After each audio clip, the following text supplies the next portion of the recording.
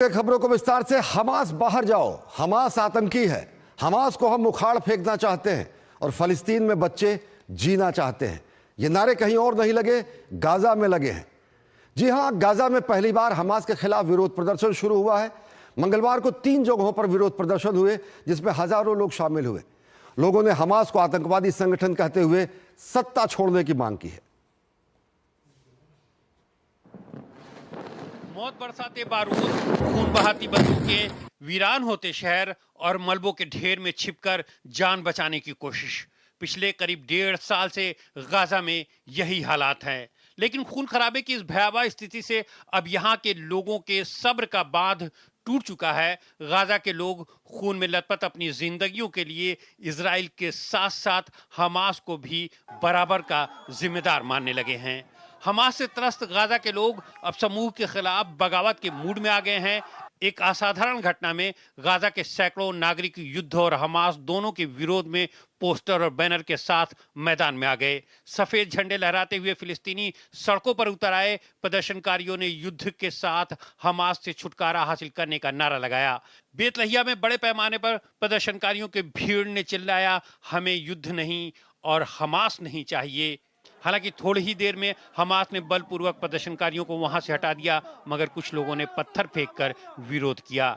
इस विरोध प्रदर्शन की लपटें गाजा के अन्य हिस्सों में भी फैलती दिखी। जबालिया शरणार्थी शिविर में भी लोगों ने टायर जलाए और युद्ध खत्म करने की मांग की। वहां प्रदर्शनकारी नारे लगा रहे थे कि हमें खाना चाहिए। ये संकेत देता है कि गाजा में लोगों के हालात लगातार बिगड़ रहे हैं, खासतौर पर तब जब इजराइल ने 2 मार्च से गाजा में मानवीय सहायता को प्रतिबंधित कर दिया है ताकि हमास को इजरायली बंधकों को रिहा करने के लिए मजबूर किया जा सके। ये प्रदर्शन उस समय हुआ है जब इजरायली सेना ने गाजा पर बमबारी तेज कर दी है, जिससे संघर्ष विराम की लगभग 2 महीने पुरानी स्थिति समाप्त हो गई है। इजरायली हमलों में पिछले 24 घंटों में 48 लोगों की मौत हो गई है। इस बीच इजरायली सेना ने गाजा सिटी के लोगों को जल्द से जल्द क्षेत्र छोड़ देने का आदेश जारी किया है। ये फरमान इसी क्षेत्र से इजराइल की ओर दागी गई कम दूरी की मिसाइल के बाद जारी किया गया है। अरबी में जारी किए गए बयान में कहा गया है कि यह आखिरी चेतावनी है, हमला शुरू किए जाने से पहले इसे खाली कर दिया जाना चाहिए।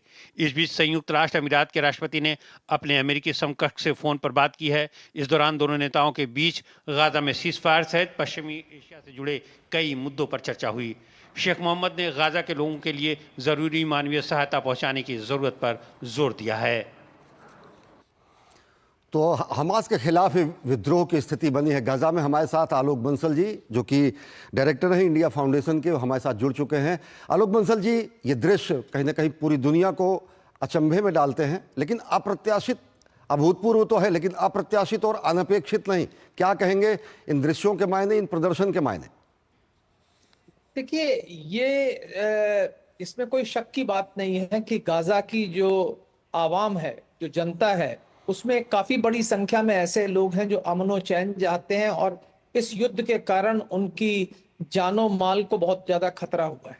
और वो लोग नहीं चाहते कि हमास के कारण जिस तरीके का युद्ध फिर से इजराइल ने शुरू कर दिया है वो उनकी जान और माल को खतरा पहुंचाए। साथ ही साथ ये भी समझना चाहिए कि गाजा में हर कोई हमास का समर्थक नहीं था और हमास जब शुरू में यहाँ पे सत्ता में आई तो उसको परोक्ष रूप से इजराइल की हुकूमत का कुछ समर्थन प्राप्त था। तो वो लोग जो अभी तक हमास के डर से चुपचाप थे, अब वो जानो माल का खतरा देखकर सड़कों पर उतर आए हैं और वो हमास जैसे आतंकी संगठन को यहां से चले जाने के लिए कह रहे हैं। लेकिन जैसा कि आपने देखा कि हमास, जिसके पास आज भी सत्ता है और ताकत है, उसने उन प्रदर्शनकारियों को खदेड़ दिया। पर यह दर्शाता है कि अधिकांश लोग जो इस क्षेत्र में रह रहे हैं वो हमास की नीतियों से खुश नहीं है। आलोक जी, इस बीच अगर देखें तो गैलप इंटरनेशनल एसोसिएशन का सर्वे भी आया। वो बहुत ही सर्वे आंख साफ कर देने वाला होता है। 65% से ज़्यादा लोग कहते हैं कि स्थितियां बद से बदतर हैं। 52% से ज़्यादा लोग अलग देशों में जाने के लिए बात कहते हैं। 34 साल से कम उम्र के युवा देश छोड़ने की बात करते हैं। ये जो स्थितियाँ हैं वो कहीं ना कहीं इसी स्थिति की परिणति ये दिखती। देखिए, जिस तरीके के हालात हैं उसमें जान की सुरक्षा की भी कोई निश्चितता नहीं है।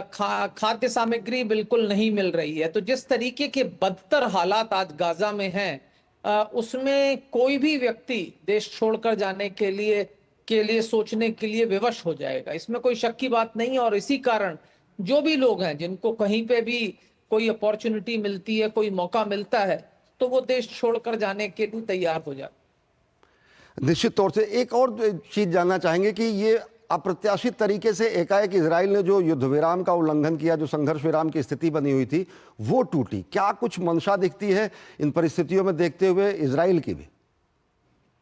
देखिए, इजराइल, मुझे नहीं लगता कि वो कभी भी इस युद्ध विराम के लिए पूरी तरह से तैयार था, और वो चाह रहा था कि बंधक छूट जाएं। और जब अधिकांश बंधक छूट चुके हैं और कुछ अंदरूनी सत्ता की भी लड़ाई चल रही है, जैसा कि आपको मालूम है, इस वक्त इजराइल में एक बड़ी संख्या में लोग इजराइल के प्रधानमंत्री का विरोध कर रहे हैं। उन्होंने इंटेलिजेंस चीफ को सैक किया, उसके खिलाफ न्यायालय का आदेश आया है।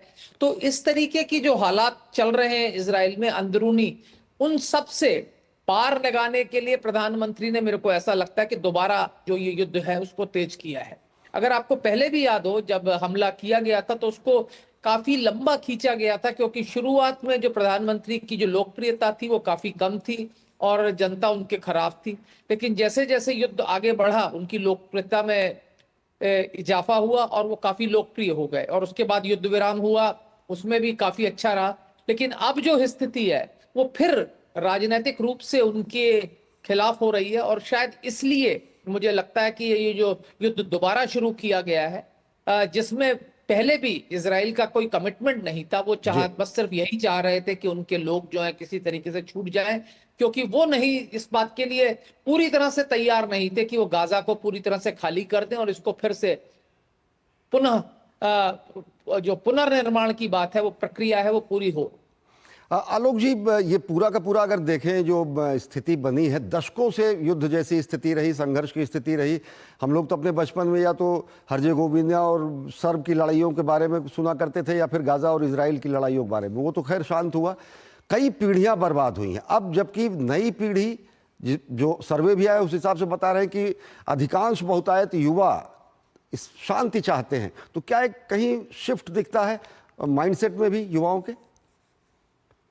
देखिए, शांति तो मेरे ख्याल से हर वक्त युवा चाहते थे कि शांति हो जाए, लेकिन शांति किन शर्तों पर हो वो में समस्याग्रस्त स्थिति है।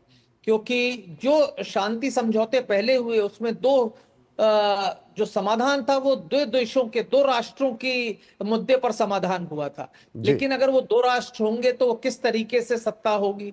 क्योंकि इजराइल ने कोशिश की कि वेस्ट बैंक और गाजा में अलग अलग सरकारें सत्ता पे काबिज हों, जिसके कारण कि जो उन्होंने अकॉर्ड्स उस समय साइन किए थे ओस्लो वगैरह में, उनका क्रियान्वयन ना करना पड़े। वो उस समय इजराइल को फायदा दिया, पर आगे चलकर ये हमास जैसा जो विषैला जो बीज उन्होंने बोया था, उसका फल उनको भुगतना पड़ा। और अब वो हमास को वहां से पूरी तरह से हटाना चाह रहे हैं। तो मेरा ये व्यक्तिगत रूप से मानना है कि कुछ एकोमोडेशन तो उनको फिलिस्तीनियों के साथ करना पड़ेगा। या तो गाजा में भी जो PLO, जो कि फतह ग्रुप की सरकार है, या तो उसके अंतर्गत उसको सत्ता सौंपी जाए, कुछ ऑटोनॉमी, कुछ स्वायत्तता दी जाए, जिससे कि अरबों को लगे, कि फिलिस्तीनियों को लगे कि उनकी भी कुछ मांगे पूरी हो गई हैं, उनकी भी कुछ आकांक्षाएं पूरी हो रही हैं। तब मेरे को लगता है कुछ शांति स्थापित हो सकती है।